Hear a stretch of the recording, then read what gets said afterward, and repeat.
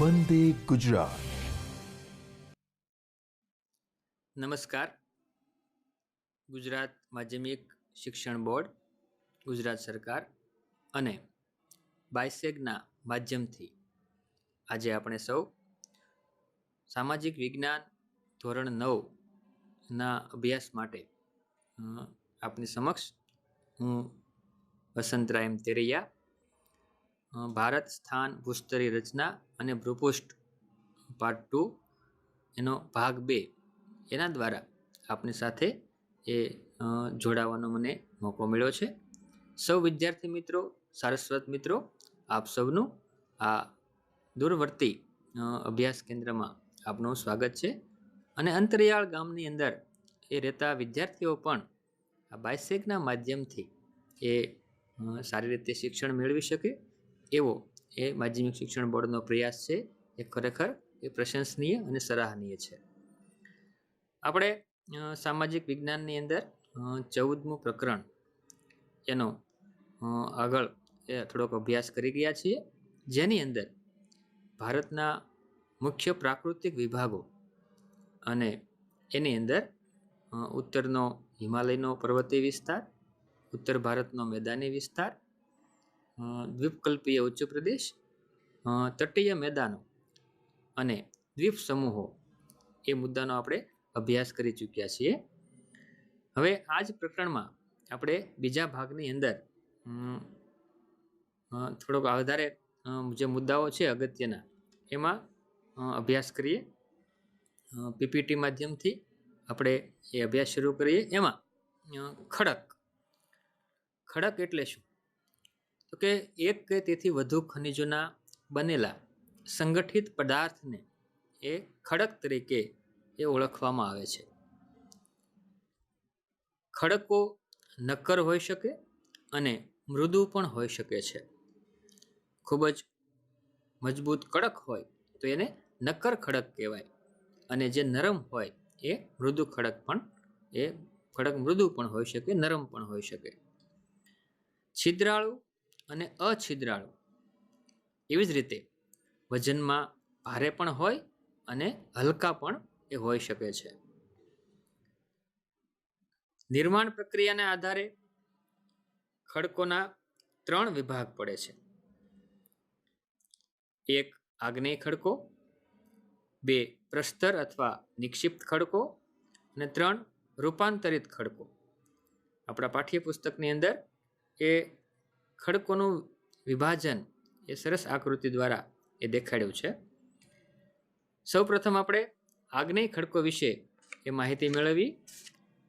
આગ્નેય ખડકોની રચનામાં પૃથ્વીના પેટાળમાં રહેલી એ પ્રચંડ ગરમી કારણભૂત છે. આગ્નેય ખડકો એટલે અગ્નિકૃત ખડકો, જ્વાળામુખીના વિસ્ફોટને કારણે એ જે ખડકો અસ્તિત્વમાં આવ્યા હોય એ ખડકોને આગ્નેય ખડકો એ કહેવામાં આવે છે. ભૂગર્ભની અંદર ગરમીના આ પ્રચંડ પ્રમાણને લીધે પૃથ્વીનું પેટાળ છે એ હંમેશા ધીકતું રહે છે, ગરમ રહે છે, અને આથી અહીં રહેલા પદાર્થો અર્ધપ્રવાહી સ્થિતિની અંદર હોય છે. આવા અર્ધપ્રવાહી સ્થિતિમાં રહેલા એ પદાર્થોને એ મેગ્મા કહે છે. લાવા તરીકે પણ આપણે એને ઓળખીએ છીએ. સમયાંતરે આ મેગ્મા ઠંડો પડે ત્યારે તેના ખડકો રચાય છે. આ ખડકો અગ્નિકૃત ખડકો તરીકે ઓળખાય છે. આ ખડકો ગરમીની અસરથી બને છે, તેથી તેને આગ્નેય કે અગ્નિકૃત ખડકો એ કહેવામાં આવે છે. પૃથ્વીના ભૂસ્તરીય નિર્માણમાં આવા ખડકો સર્વપ્રથમ નિર્માણ પામ્યા, એટલે એને પ્રાથમિક અથવા તો આજ્ય ખડકો પણ એ કહેવામાં આવે છે. ભારતની અંદર આવા ખડકો કઈ કઈ જગ્યાએ જોવા મળે છે? તો કે રાજસ્થાન, મધ્યપ્રદેશ અને દક્ષિણના દ્વીપકલ્પમાં ઘણા સ્થળોએ આવા આગ્નેય ખડકો એ રચાયા છે. આગ્નેય ખડકો સૌથી વધુ નક્કર હોય છે. ગ્રેનાઇટ એ અંતસ્થ પ્રકારના ખડકનું જાણીતું દૃષ્ટાંત છે. આ ખડકો છે ખૂબ જ મજબૂત હોય છે, નક્કર હોય છે. ગ્રેનાઇટ ખડકો એનું એક ઉદાહરણ છે. આપણે ફ્લોરિંગમાં આવા ગ્રેનાઇટ પથ્થરનો ઉપયોગ થતો એ જોઈએ છીએ. બેસાલ્ટ પણ એ આવા અગ્નિકૃત ખડકોનો જ એક પ્રકાર છે. બેસાલ્ટમાં બેસાલ્ટના ખડકો એ પણ આપણે આકૃતિમાં દેખાડ્યા મુજબના આવા પ્રકારના બેસાલ્ટના ખડકો છે એ ઉપયોગમાં એ લેતા હોઈએ છીએ. બીજો પ્રકાર આવે છે પ્રસ્તર અથવા તો નિક્ષિપ્ત ખડકો. પાણી તથા અન્ય બળોની સંયુક્ત અસરથી આગ્નેય ખડકો એ તૂટે છે અને આ તૂટેલા ખડક પદાર્થોનું જળમાં નિક્ષેપણ થતું રહે છે. એ જળની અંદર એ ભેગા થતા જાય, નિક્ષેપ થતું જાય અને તેમાં એમના અલગ અલગ પ્રકારના એ સ્તર રચાય છે અને આમ ખડક પદાર્થો અથવા તો ખડક બોજનું એ વજનને કારણે એ વિવિધ સ્તરોમાં એ નિક્ષેપણ થાય છે અને સર્વપ્રથમ રચાયેલા અને સૌથી નીચે રહેલા સ્તર ઉપર તેની ઉપર બનેલા ઉપરના જે સ્તરો છે એનું દબાણ એ વજનને લીધે એ નીચેના સ્તરો છે દબાય છે અને આવી રીતે એ વિવિધ સ્તરોમાં એ નિર્માણ પામે છે. કાળક્રમે તેમાંથી સ્તર રચના ધરાવતા ખડકો તૈયાર થાય છે અને એટલે જ આવા ખડકોને પ્રસ્તર ખડકો પણ એ કહેવામાં આવે છે અથવા તો એને નિક્ષિપ્ત ખડકો પણ એ કહે છે. આ ખડકોના ઉદાહરણોમાં ચિરોડી એટલે કે જીપ્સમ, ચૂના ખડક અને કોલસો એ પ્રસ્તર ખડકોના ઉદાહરણો છે. ચિરોડી, જીપ્સમ એ જમીનમાંથી સીધા જ આવા પ્રકારની ચિરોડી કે જીપ્સમ છે એ ઉપયોગમાં આવે છે અને એનો ઉપયોગ એ આપણે વિવિધ જગ્યાએ એ થતો જોવા મળે છે. એવી જ રીતે ચૂના ખડક, ચૂનાના પથ્થરો એ પણ પ્રસ્તર ખડકનું ઉદાહરણ છે અને કોલસો એ પણ એ પ્રસ્તર ખડકો છે. બિહાર અને ઝારખંડ આ રાજ્યોમાંથી કોલસો અને ચિરોડી મળે છે. ત્રીજો પ્રકાર આવે છે રૂપાંતરિત ખડકો. આ રૂપાંતરિત ખડકો કેટલીક વિશિષ્ટ પરિસ્થિતિમાં મૂળ ખડકોનું સ્વરૂપ, બંધારણ અને ગુણધર્મો એ રૂપાંતરિત થઈ જાય છે અને એટલે એને રૂપાંતરિત ખડકો કહે છે. હકીકતમાં ઊંચું તાપમાન અને ખડક સ્તરોનું વધુ દબાણ આ બે મુખ્ય પરિબળોની સંયુક્ત અસરને લીધે આગ્નેય ખડકો અથવા તો પ્રસ્તર ખડકો એ તદ્દન નવું સ્વરૂપ ધારણ કરે છે, રૂપાંતર પામે છે અને આવી રીતે નવા રચાતા ખડકોને રૂપાંતરિત ખડકો કહે છે. રાજસ્થાનમાંથી મળી આવતા આરસ પહાણ, માર્બલ એ રૂપાંતરિત ખડકનું ઉદાહરણ છે. એવી જ રીતે ક્વાર્ટઝાઇટ એ તેમના ઉત્તમ ઉદાહરણો છે. આરસ પહાણ, માર્બલ એ રૂપાંતરિત ખડકનું ઉદાહરણ છે, રાજસ્થાનમાંથી એ મળી આવે છે અને ક્વાર્ટઝાઇટ એ પણ એ રૂપાંતરિત ખડકનું એ ઉદાહરણ છે. હવે ખડકો ઉપરાંત આપણો બીજો અગત્યનો મુદ્દો છે ખનિજો. પૃથ્વીના પેટાળમાં રહેલા આવા કુદરતી કાર્બનિક કે અકાર્બનિક ક્રિયાથી તૈયાર થતા અમુક ચોક્કસ રાસાયણિક બંધારણ ધરાવતા પદાર્થોને ખનિજ તરીકે ઓળખવામાં આવે છે અને આને આપણે જમીનમાંથી ખોદકામ કરીને બહાર કાઢતા હોવાથી, ખનન કરીને બહાર કાઢતા હોવાથી આપણે ખનિજ તરીકે એ ઓળખીએ છીએ. એ કાર્બનિક અને અકાર્બનિક એ ક્રિયાથી થતા એ ચોક્કસ રાસાયણિક બંધારણ ધરાવતા એ પદાર્થો છે. ખનિજો પૃથ્વીની સપાટી કે પેટાળમાંથી ઘન સ્વરૂપે, પ્રવાહી સ્વરૂપે કે વાયુ સ્વરૂપે આપણને મળી આવે છે અને આ ખનિજો પૃથ્વીની સપાટીની ભૂસ્તરી રચના ઉપર આધાર રાખે છે. લોખંડ, તાંબુ, જસત, સોનું, ચાંદી આ બધા ખનિજો એ આગ્નેય ખડકોમાંથી એ મળી આવે છે, અગ્નિકૃત ખડકોમાંથી મળે છે. આ ઉદાહરણો યાદ રાખવા જેવા છે કે અગ્નિકૃત ખડકોમાંથી કયા ખનિજો મળે છે તો કે લોખંડ, તાંબુ, જસત, સોનું, ચાંદી આ બધા ખનિજો આગ્નેય ખડકોમાંથી મળે છે. એટલે આ ખડકો છે કેવા હોય છે તો કે નક્કર હોય છે. લોખંડ, તાંબુ, કોપર વિદ્યુતમાં વધારે ઉપયોગ થતો હોય છે. જસત એ મિશ્ર ધાતુ તરીકે વપરાય છે. સોનું કિંમતી ધાતુ ગણાય છે. અને ચાંદી મૂર્તિઓ, સિક્કાઓ વગેરેમાં એનો ઉપયોગ થાય છે.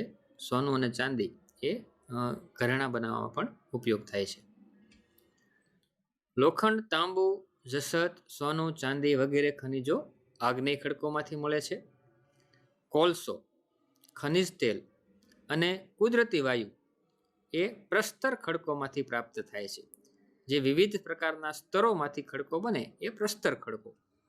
જ્યારે સ્લેટ, આરસ પહાણ અને હીરા એ રૂપાંતરિત ખડકોમાંથી એ મળે છે. એટલે કે પોતાના ગુણધર્મો ફેરવી નાખે, બદલી જાય એવા પ્રકારના એ રૂપાંતર પામીને આગ્નિકૃત ખડકો અથવા તો પ્રસ્તર ખડકોનું એ રૂપાંતરણ થઈ જાય તો એ રૂપાંતરિત ખડકો છે. અને એનું ઉદાહરણ છે સ્લેટ અને આરસ પહાણ અને હીરા. ખનિજો, ખનિજોનું વર્ગીકરણ. આપણને ઘણા બધા પ્રકારના ખનિજો મળે છે. આપણા રોજિંદા વ્યવહારમાં લગભગ આપણે 200 જેટલા ખનિજોનો ઉપયોગ સીધી કે આડકતરી રીતે કરતા હોઈએ છીએ. ખનિજો છે એ આપણા શરીરનું બંધારણ પણ વિવિધ ખનિજોથી બનેલું છે. એટલે ખનિજો એ આપણી સાથે જોડાયેલા છે. આપણે કોઈ પણ ઔષધિ કે દવાઓનો ઉપયોગ કરતા હોય તો એમાં પણ એના જે કન્ટેન્ટ આપ્યું હોય તો એમાં પણ વિવિધ પ્રકારના ખનિજો આપણને એ ઔષધિ સ્વરૂપે લઈને પણ આપણા શરીરમાં એનો ઉપયોગ કરતા હોઈએ છીએ. એટલે સીધી રીતે અને આડકતરી રીતે આપણે ઘણી બધી ખનિજોનો એ ઉપયોગ કરીએ છીએ. ખનિજોનું સર્વમાન્ય વર્ગીકરણ શક્ય નથી. કોઈ એક જ પ્રકારે વર્ગીકરણ કરી શકાય એ ખનિજો માટે શક્ય નથી. તેમનું સામાન્ય વર્ગીકરણ કરવું હોય તો એ વર્ગીકરણ આપણે આ રીતે કરી શકીએ કે ધાતુમય ખનિજો, અધાતુમય ખનિજો, સંચાલન શક્તિ માટેના ઉપયોગમાં લેવાતા ખનિજો. તો ધાતુમય ખનિજો અથવા તો એને ધાત્વિક ખનિજો પણ કહે છે. એના 4 પ્રકારે એ પેટા વર્ગીકરણ કરી શકાય. એમાં પહેલું છે કિંમતી ધાતુમય ખનિજો. આ ખનિજો એવી છે કે જેની કિંમત વધારે છે, કિંમતી છે, એટલે એને કિંમતી ધાતુમય ખનિજો તરીકે વર્ગીકરણ કરવામાં આવે છે. સોનું, ચાંદી અને પ્લેટિનમ એ કિંમતી ધાતુમય ખનિજો છે.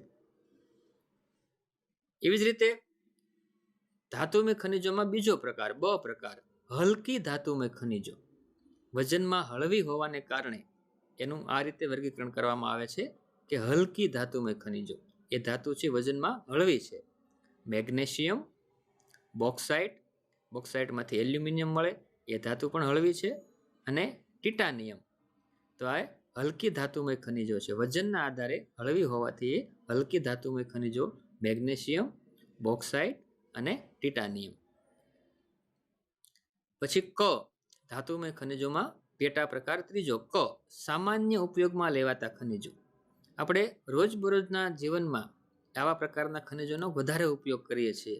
એટલે સામાન્ય વપરાશમાં લેવાતા ખનિજો, લોખંડ, આપણે આજુબાજુનું ગમે ત્યાં આપણે કોઈ બાંધકામ થતું હોય, કોઈ વાહન વ્યવહાર હોય, યંત્રો બનાવતા હોય તો એ બધામાં લોખંડનો ઉપયોગ ખૂબ જ થતો હોય છે. એવી જ રીતે તાંબાનો ઉપયોગ પણ વીજળીના ઉપકરણોમાં, સીસુ, જસત, કલાઈ અને નિકલ આ એવા ખનિજો છે કે જે મિશ્ર સ્વરૂપે એ બીજી ધાતુ સાથે જોડીને પણ એ વપરાતા હોય છે. એટલે આ સામાન્ય ઉપયોગમાં લેવાતા ખનિજોમાં લોખંડ, તાંબુ, સીસુ, જસત, કલાઈ અને નિકલ. એવી જ રીતે ધાતુમય ખનિજોનો પેટા પ્રકાર ચોથો, ડ પ્રકાર, મિશ્ર ધાતુ સ્વરૂપે વપરાતા ખનિજો. જેમ કે ક્રોમિયમ, મેંગેનીઝ, ટંગસ્ટન અને વેનેડિયમ. ક્રોમ કરેલી આપણે ઘણી બધી ટાયરને ટ્યુબ હોય, વાહનના જે પૈડાઓ હોય, વાહનના જે કાચ હોય, વાહનની સુશોભનની વસ્તુઓ હોય એમાં ક્રોમ કરેલી વસ્તુ હોય છે તો એની અંદર ક્રોમિયમ નામની ધાતુ વપરાય છે. તો ક્રોમિયમ, મેંગેનીઝ, મેંગેનીઝનો ઉપયોગ લોખંડ બનાવવામાં થાય છે તો એ મિશ્ર ધાતુ સ્વરૂપે આવે. તો ક્રોમિયમ, મેંગેનીઝ, ટંગસ્ટન અને વેનેડિયમ તો એ મિશ્ર ધાતુ રૂપે વપરાતા ખનિજો છે. ધાતુમય ખનિજોના આપણે 4 પ્રકાર જોયા. એવી જ રીતે હવે અધાતુમય ખનિજો. તો અધાતુમય ખનિજોમાં અધાત્વિક ખનિજો પણ તરીકે પણ એને ઓળખવામાં આવે છે. ધાતુ અને અધાતુ. તો આપણને પહેલા તો ધાતુ અને અધાતુ શું એકર હોય તો આ વર્ગીકરણ વધારે સારી રીતે કરી શકીએ. ધાતુ છે એ ચળકાટ ધરાવે છે, રણકાર ધરાવે છે, વિદ્યુતની સુવાહક છે, એ ધાતુ.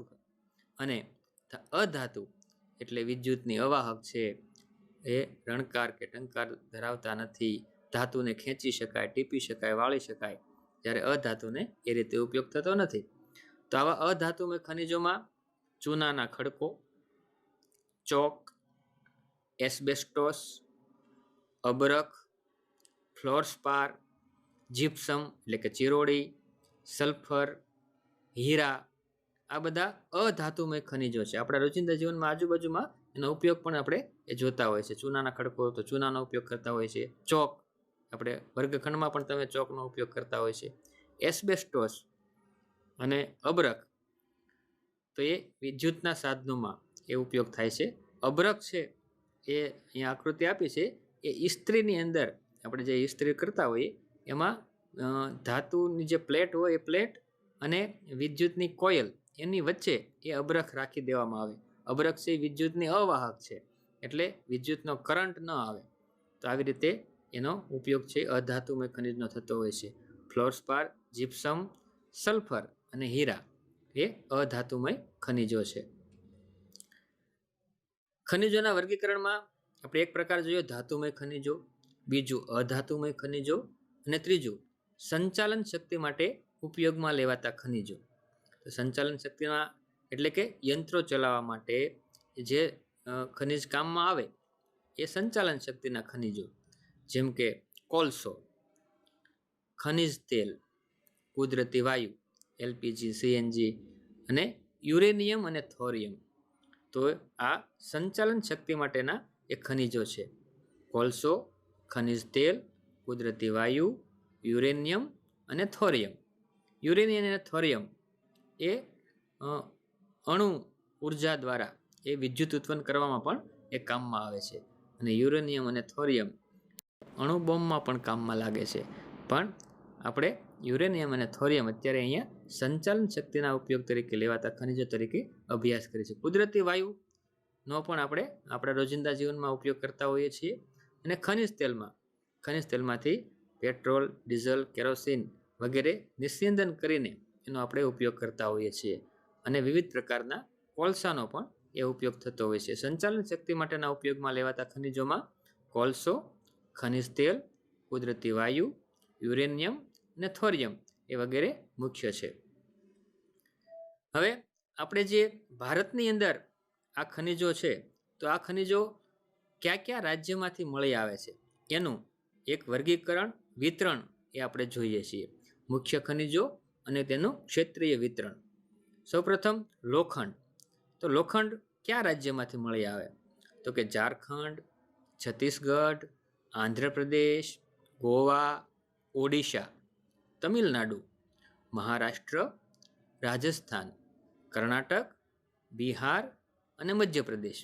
ભારતનો નકશો સામે રાખી અને આ વિતરણ છે એ જોતા જઈએ તો નકશા પૂર્તિમાં એ આપણે લોખંડનું સ્થાન દેખાડતો પ્રદેશ દેખાડો તો આપણે કોઈ પણ એક રાજ્યમાં એ ઝારખંડ છે, છત્તીસગઢ છે, આંધ્રપ્રદેશ, ગોવા, ઓડિશા, તમિલનાડુ, મહારાષ્ટ્ર, રાજસ્થાન, કર્ણાટક, બિહાર અને મધ્યપ્રદેશ એમાં આપણે એને દર્શાવી શકીએ.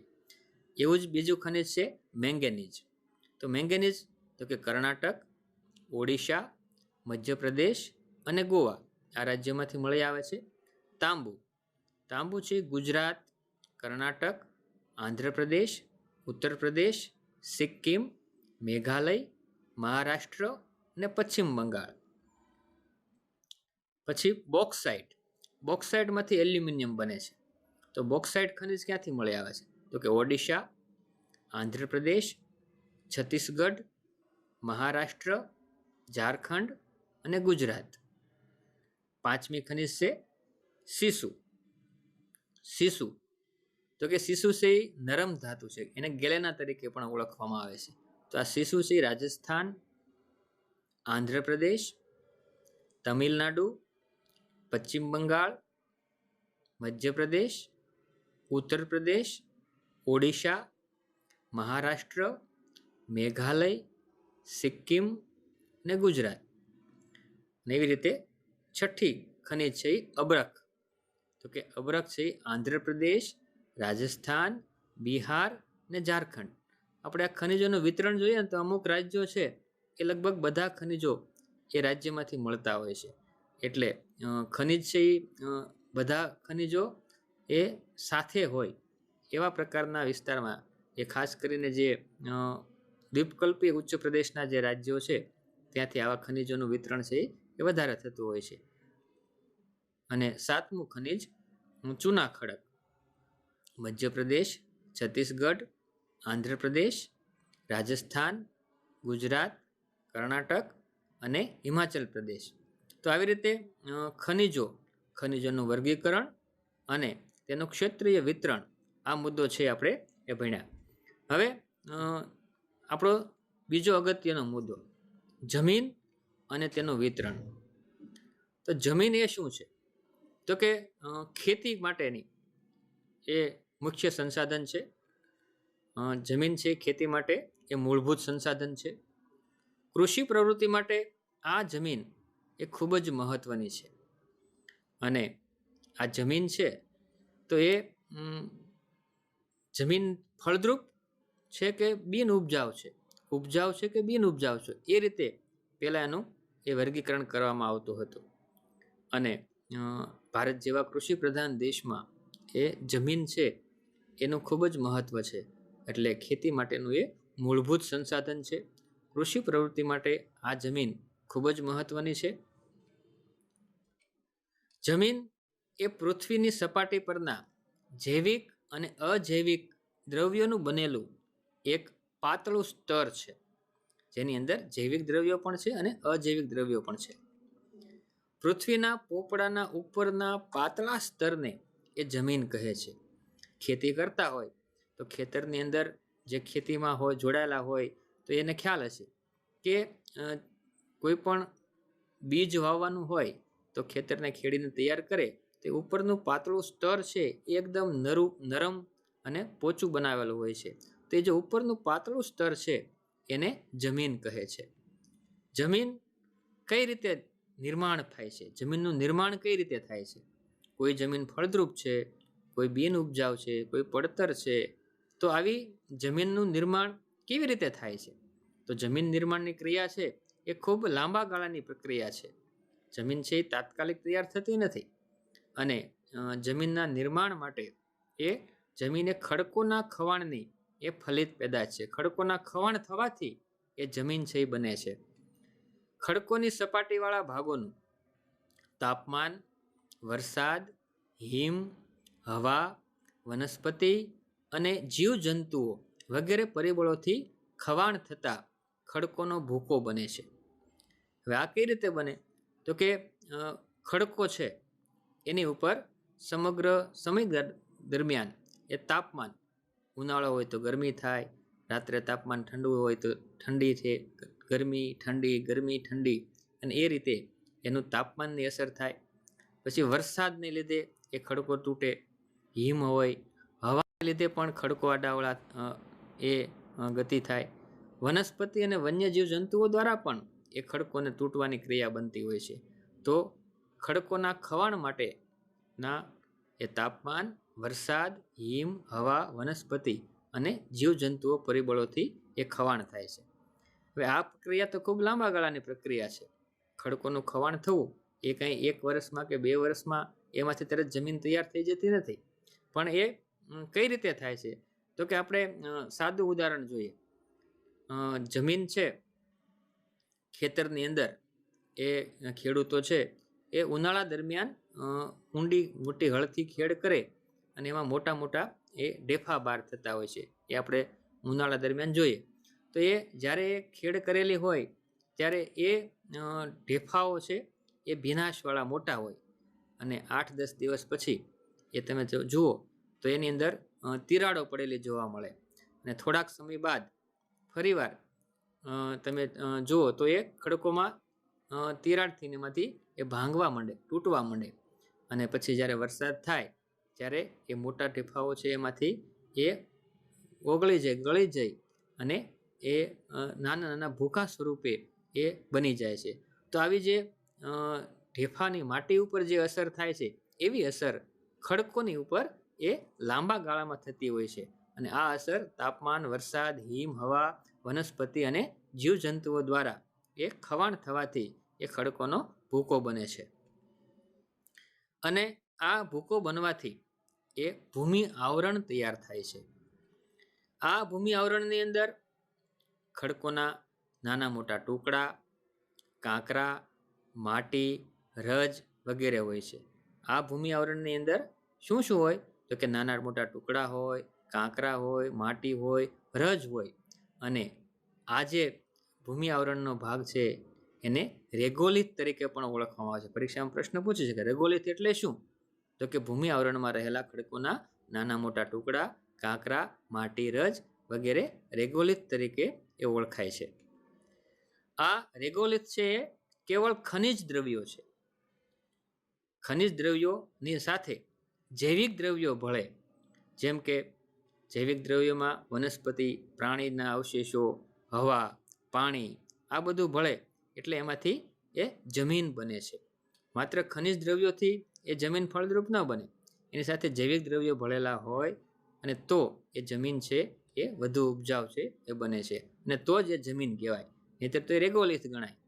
માત્ર ખનિજ દ્રવ્ય હોય તો એ રેગોલિથ ગણાય, પણ એની સાથે જૈવિક દ્રવ્યો ભળે તો એમાંથી એ જમીન બને છે. હવે આપણે ભારતની અંદર જમીનોના પ્રકારો, જમીન કઈ રીતે નિર્માણ થાય એ જોયું. હવે જમીનોના પ્રકારો વિશે એ આપણે થોડીક જાણકારી મેળવીએ. જમીનોના પ્રકારો આપણે 6 પ્રકારના એ વિભાગમાં એ જમીનોના પ્રકારોને એ વહેંચવામાં આવ્યા છે. અને એને યાદ રાખવા માટે દરેક પ્રકારના પ્રથમ અક્ષરોને યાદ રાખીશું તો આપણે એને ખૂબ સરળતાથી યાદ રાખીશું. કા, કા, રા, પ, પ, ર. કા, કા, રા, પ, પ, ર. એટલે શું? તો જોઈએ આપણે જમીનોના પ્રકારો. કા એટલે કે જે 6 પ્રકારની જમીનોને વહેંચવામાં આવી છે એના 6 પ્રકારોમાં એક છે કાંપની જમીન, બીજું આવે છે કાળી જમીન, ત્રીજો પ્રકાર છે રાતી જમીન, ચોથો પ્રકાર છે પડખાવ જમીન અથવા તો લેટેરાઇટ જમીન, પાંચમો પ્રકાર છે પર્વતીય જમીન અને છઠ્ઠો પ્રકાર છે રણ પ્રકારની જમીન. તો આ 6 પ્રકાર યાદ રાખવા માટે 6 શબ્દો: કા, કા, રા, પ, પ, ર.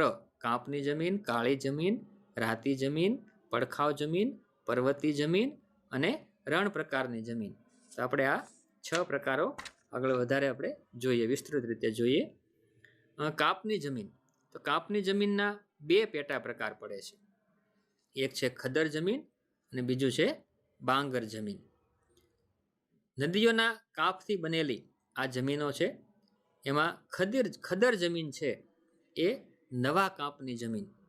નદીઓના નિક્ષેપણથી તૈયાર થતી આ નવા કાંપની જમીનને ખદર તરીકે ઓળખવામાં આવે છે.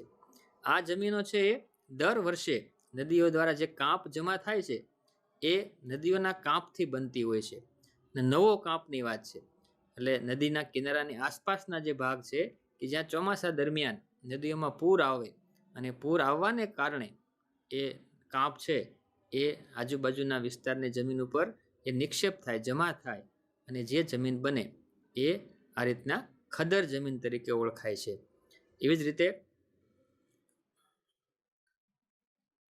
પૂરના મેદાનોની બનેલી આ જમીનો મુખ્યત્વે નદીઓની નજીકના ક્ષેત્રોમાં જોવા મળે છે. અને આ જમીન છે એ પ્રમાણમાં રેતાળ હોય છે, એમાં રેતીનું પ્રમાણ છે એ વધારે હોય છે. એવો બીજો પ્રકાર છે બાંગર જમીન. નદી ખીણોના ઉપરવાસમાં આવેલી જમીન એટલે કે જૂનો કાંપ ધરાવતી જમીન. આ જમીન છે એ બાંગર જમીન તરીકે જાણીતી છે. ખદર જમીન છે એ નવા કાંપની જમીન અને બાંગર જમીન છે એ નદીઓના જૂનો કાંપ ધરાવતી જમીન. વર્ષો પહેલા જે જૂનો કાંપ જમા થયો છે એવા પ્રકારની જમીનને બાંગર જમીન તરીકે એ ઓળખવામાં આવે છે. અને આ જમીન છે નદીઓના ખીણનો જે ઉપરવાસનો ભાગ છે ત્યાં આવી નદીઓ છે એ આવેલી છે. આ નદીઓ ચીકણી અને ઘેરા રંગની હોય છે. ખદ્દર જમીન છે એ રેતાળ હોય છે, જ્યારે બાંગર જમીન છે એ ચીકણી અને ઘેરા રંગની હોય છે. કાપની જમીન દેશના ઘણા મોટા વિસ્તારોમાં જોવા મળે છે. ભારતની અંદર એ કાપની જમીન ઘણા બધા એ રાજ્યોમાં વિસ્તારોમાં જોવા મળે છે. આ જમીનની ફળદ્રુપતા એ થોડી જગ્યાએ કોઈ જગ્યાએ અલગ અલગ જોવા મળે છે. આ જમીનની ફળદ્રુપતા જુદા જુદા સ્થળોએ ભિન્ન જોવા મળે છે. એટલે કે કાપની જમીન ફળદ્રુપ જ હોય એવું નથી. કોઈ જગ્યાએ ઓછી ફળદ્રુપ જમીન પણ એ હોઈ શકે છે. સામાન્ય રીતે આ જમીન ઘણી જ ઉપજાઉ હોય છે. બીજા જમીનની સરખામણીમાં કાપની જમીનમાં એ ખેતીનું ઉત્પાદન, ખેતીનો પાક એ વધારે સારો મળતો હોય છે. પંજાબ, ઉત્તર પ્રદેશ, બિહાર, પશ્ચિમ બંગાળ વગેરે રાજ્યોમાં આ પ્રકારની જમીન છે એ આવેલી છે. અને એટલે જ પંજાબમાં ઘઉંનું ઉત્પાદન થાય છે. ઉત્તર પ્રદેશમાં શેરડી, બિહાર, પશ્ચિમ બંગાળ આ બધા રાજ્યોમાં એ ચોખા, ડાંગરનું ઉત્પાદન થાય છે. એટલે કાંપવાળી જમીન છે એ ઘણી ફળદ્રુપ જમીન હોય છે. આ ઉપરાંત બીજો પ્રકાર કાળી જમીન. તો આ કાળી જમીન મુખ્યત્વે મહારાષ્ટ્ર, પશ્ચિમી મધ્યપ્રદેશ, ગુજરાત, કર્ણાટક, આંધ્રપ્રદેશ, નવું રાજ્ય તેલંગાણા અને તમિલનાડુમાં એ આ કાળી જમીન છે જોવા મળે છે. કાળી જમીન દ્વીપકલ્પીય ઉચ્ચ પ્રદેશની ભેટ છે. જે દ્વીપકલ્પીય વિસ્તાર છે ત્યાં આવી જમીન એ વધારે જોવા મળે છે. લાવા રસના ઠરવાથી, નિક્ષેપ થવાથી આવી કાળી જમીનો છે એ અસ્તિત્વમાં આવી હશે. આ જમીન ચીકણી અને કસવાળી હોય છે.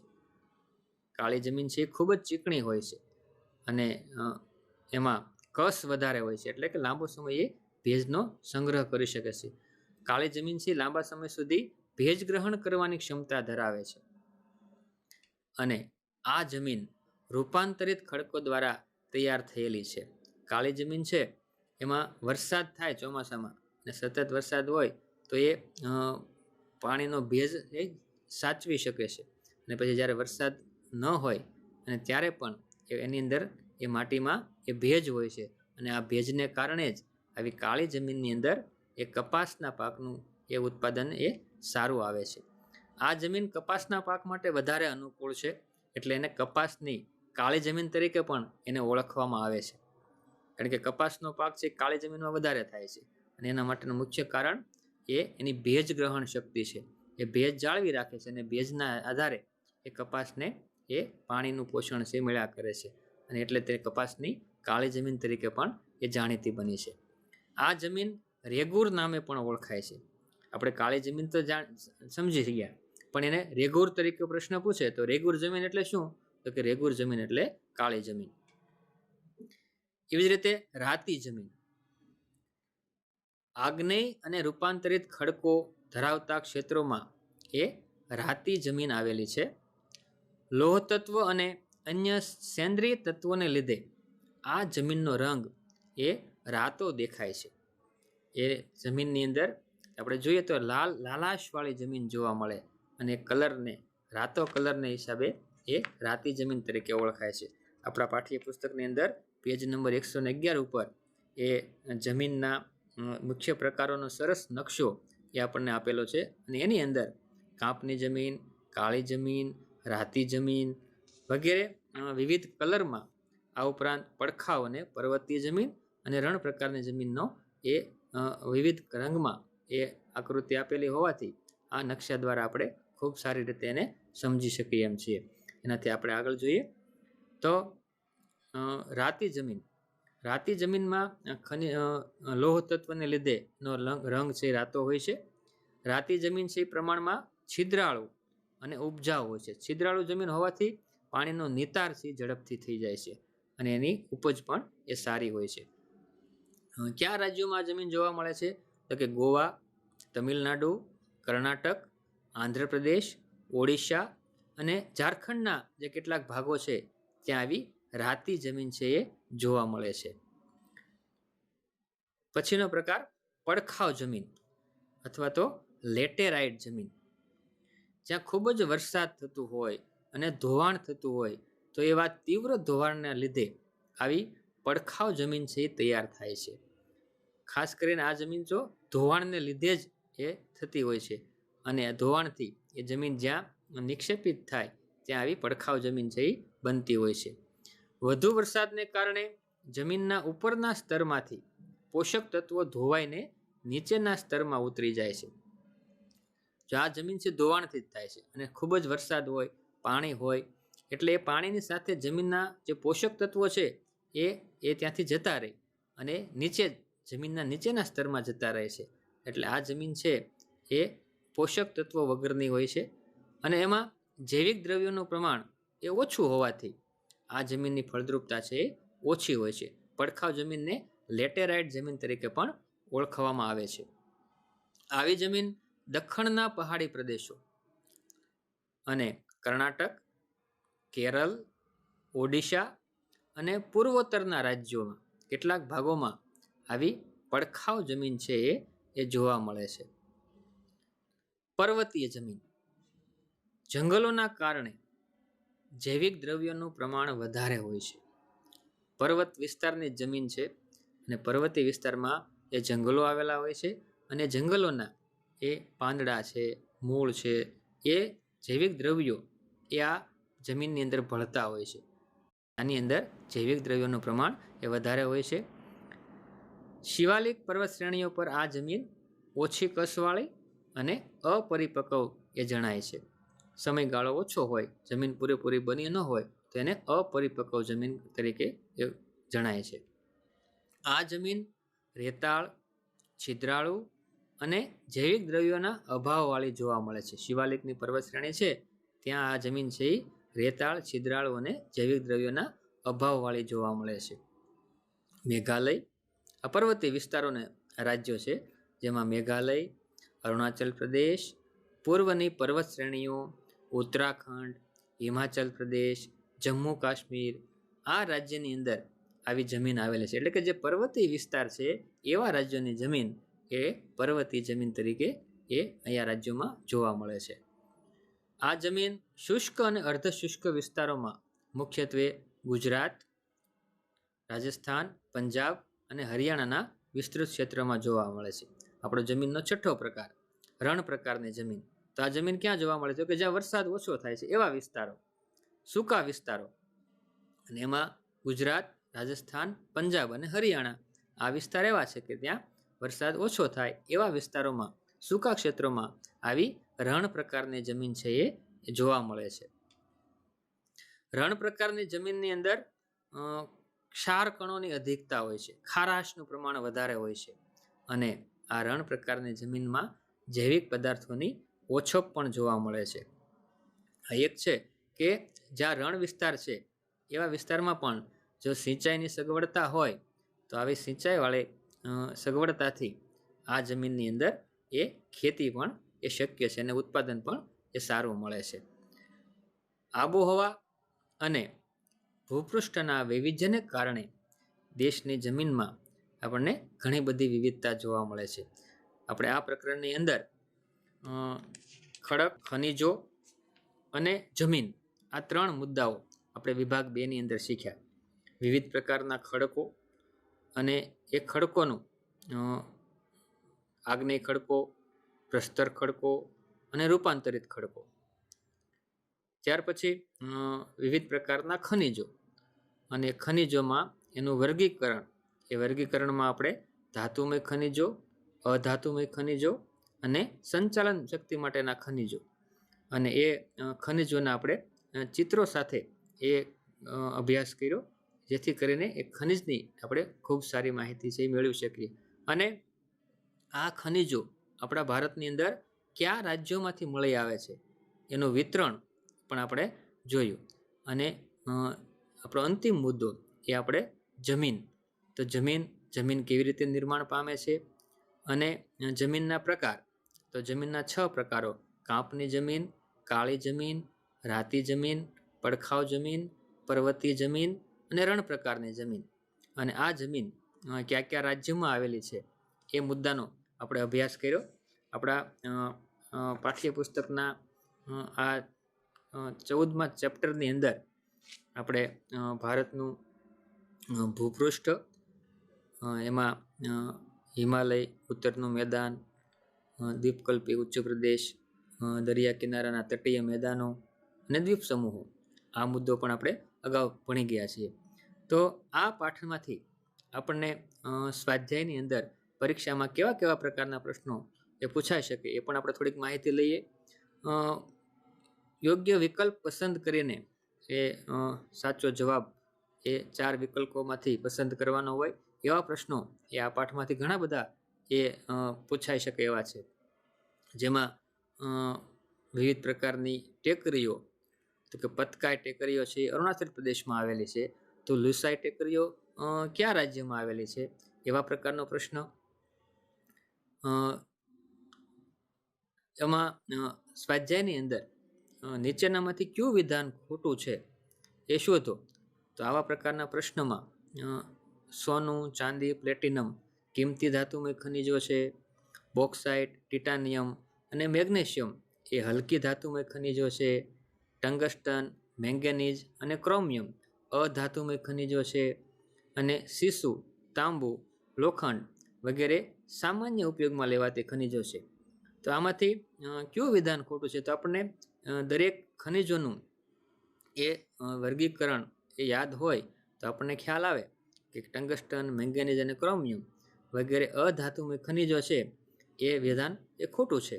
એવી જ રીતે ખડકોના વિવિધ પ્રકારો, પ્રસ્તર ખડક, રૂપાંતરિત ખડક અને આગ્નેય ખડક, અને એની સામે એનું ઉદાહરણ, તો કયો ખડક છે પ્રસ્તર ખડક છે, કયો રૂપાંતરિત ખડક છે અને કયો આગ્નેય ખડક છે, એના આધારે એ વર્ગીકરણના પ્રશ્ન પણ એ પૂછી શકે. આ ઉપરાંત અરવલ્લી અને વિંધ્યાચળની વચ્ચે કયો ઉચ્ચ પ્રદેશ આવેલો છે, કયો દ્વીપ સમૂહ અરબ સાગરમાં આવેલો છે, બંગાળની ખાડીમાં કયો દ્વીપ સમૂહ આવેલો છે, અને ભારતનું સૌથી સર્વોચ્ચ શિખર, સૌથી ઊંચું શિખર કયું છે, એવા પ્રકારના એ યોગ્ય વિકલ્પના પ્રશ્નો છે પૂછી શકે. આ ઉપરાંત હિમાલયની પર્વત શ્રેણીમાં કયા કયા ઘાટ આવેલા છે, કયા કયા યાત્રાધામો આવેલા છે, કયા કયા ગિરિમથકો આવેલા છે. આ ઉપરાંત રેગોલિથ એટલે શું, ખડકોના મુખ્ય પ્રકાર કેટલા અને એના નામ જણાવો, જમીન નિર્માણ કેવી રીતે બને છે, જમીન નિર્માણની પ્રક્રિયા જણાવો. આવા પ્રકારના પ્રશ્નો એ આપણે આ પાઠના અભ્યાસને અંતે એ તૈયાર કરીએ, અને પાઠ્યપુસ્તકના આધારે જ એ આપણે આ સ્વાધ્યાયના પ્રશ્નો એ સારી રીતે નોટબુકમાં તૈયાર કરીએ, અને પરીક્ષાની અંદર આપણે ખૂબ જ વ્યવસ્થિત અને સમજણ સાથે એના જવાબો આપીએ. અને આ બધા જ પ્રકરણો એવા છે કે માત્ર 9મા ધોરણમાં જ નહીં પણ આગળના વધુ અભ્યાસ માટે એ એક જીકેના પ્રશ્નો તરીકે પણ કામમાં આવે એવા. અત્યારે સ્પર્ધાત્મક પરીક્ષાની અંદર આ જે હિમાલયનું ઉત્તરના મેદાનો અથવા તો ખડકોના પ્રકારો એ જીકેની પરીક્ષાઓમાં, સ્પર્ધાત્મક પરીક્ષાઓમાં પણ આ પ્રશ્નો આપણે કામમાં આવે એવા પ્રકારના હોય, એને ખૂબ જ સારી રીતે યાદ રાખીએ, અને તમારે પરીક્ષાની અંદર એ ખૂબ જ રીતે સારી રીતે સફળ થાવ. આપ સૌ બાયસેગના માધ્યમથી આપણે સામાજિક વિજ્ઞાનના આ 14મા ચેપ્ટરના અભ્યાસમાં તમે સૌએ શાંતિથી સાંભળ્યો, અને તમારા જીવનમાં આ પાઠના જોવાથી, અભ્યાસ કરવાથી જરૂર ફાયદો થયો હશે. આપ સૌનો આભાર. અસ્તુ.